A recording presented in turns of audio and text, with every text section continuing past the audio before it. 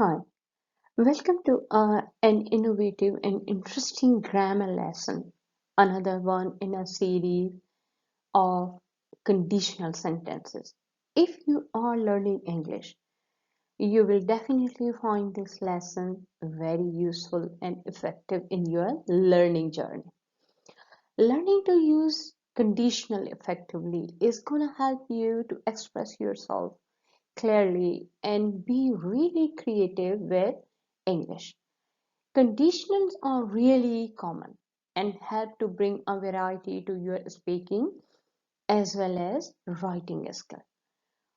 I observe native speakers use them all the time. So if you start paying attention, you are definitely gonna notice this sentence structure as you are reading and even as you are listening to you hear it more. In this lesson, we're going to focus on the first conditional and we will talk about how to structure these sentences and more importantly, when we should use them. So let's talk about why should we use first conditional.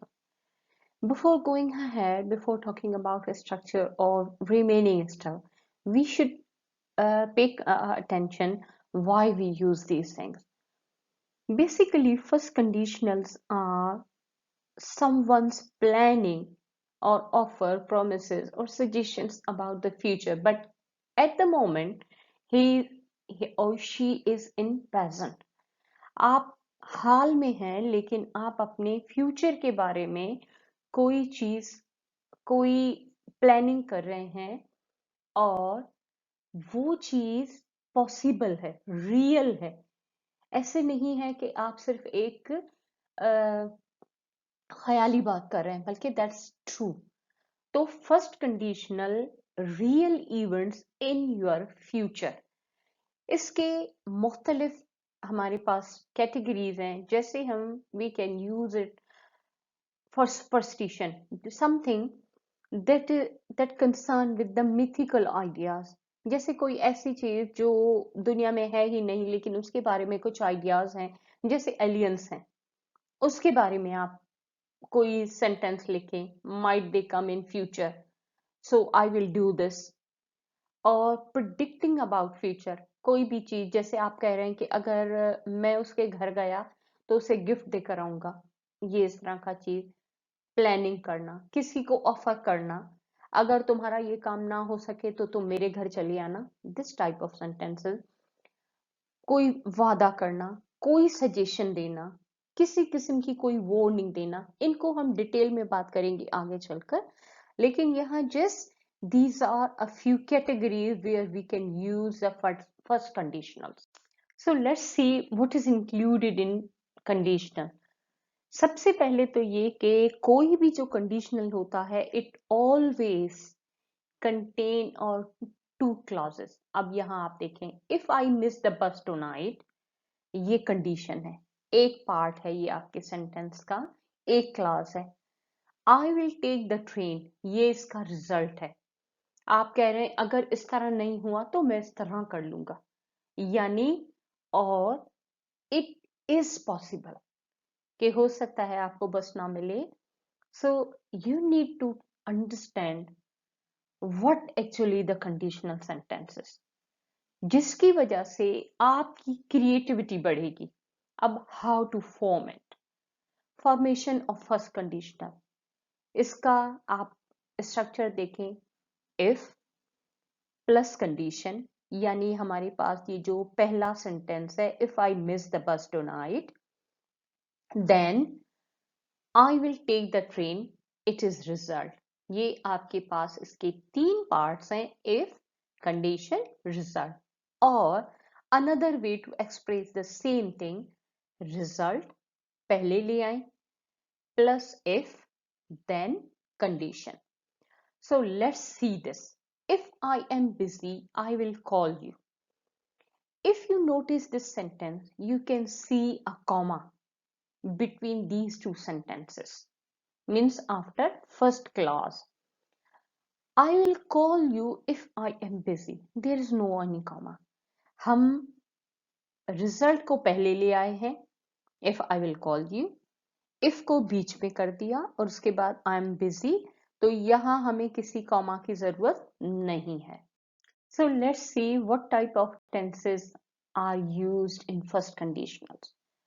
First conditional में हमेशा condition present simple में express की जाती है और result हमेशा future simple में.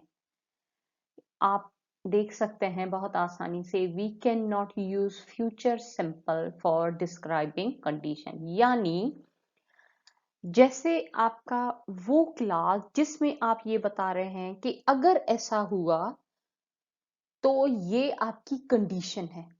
इस कंडीशन को आप किसी और टेंस में बयान नहीं कर सकते, बल्कि it always express in simple present और प्रेजेंट सिंपल, सेम थिंग. जैसे कि example, if I will miss the bus tonight, I will take the train.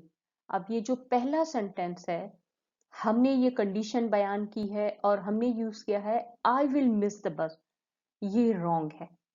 We cannot use this type of structure in conditional sentences. एक और चीज, present simple often used for future simple. आपने अक्सर देखा होगा कि when we talk about the present indefinite, उसमें हम ज्यादातर अपने फ्यूचर के बारे में ही प्लानिंग कर रहे होते हैं, इसलिए we cannot use future in first part of your first conditional sentence. So if you wanna express condition, you must use present simple because it equally works for the future. So let's see a few more examples. If you do not eat now, you will be hungry later. अगर तुमने अभी ना खाया तो तुम्हें बाद में भूख लगेगी. ये आप कह सकते हैं कि ये वार्निंग है. एक माँ अपने बच्चे को कह सकती है या कोई भी किसी को कह सकता है, if you do not call I will be annoyed. ये वार्निंग कह सकते हैं हम. अगर तुमने मुझे कॉल नहीं की तो मुझे गुस्सा आ जाएगा या मैं नाराज हो जाऊं. If you leave the milk out it will spoil. अब ये अगर तुमने दूध बाहर रख दिया तो ये खराब हो जाएगा. ये एक वार्निंग है, एडवाइस है, एक सजेशन है.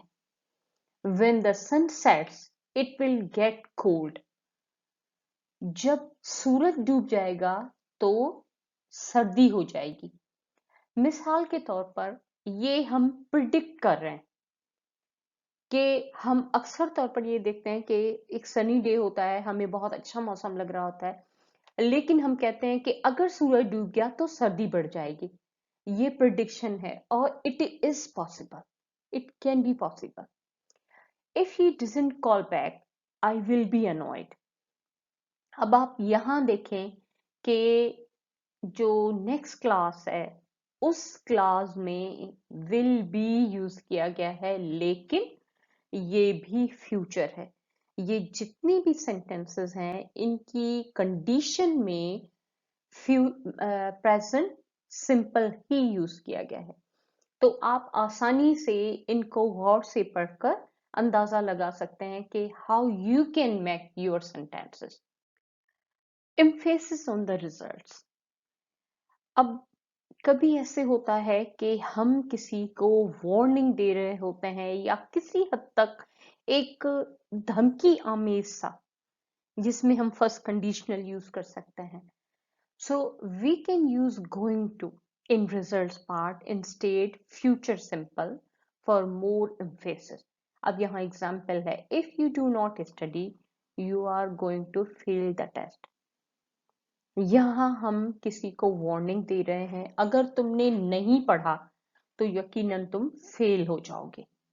ये इस तरह की बहुत सारी चीजें जो हम किसी की प्रेजेंट कंडीशन को देखकर प्रिडिक्ट करते हैं, लेकिन थोड़ा सा एम्फेसिस ज्यादा होता है रिजल्ट्स पर.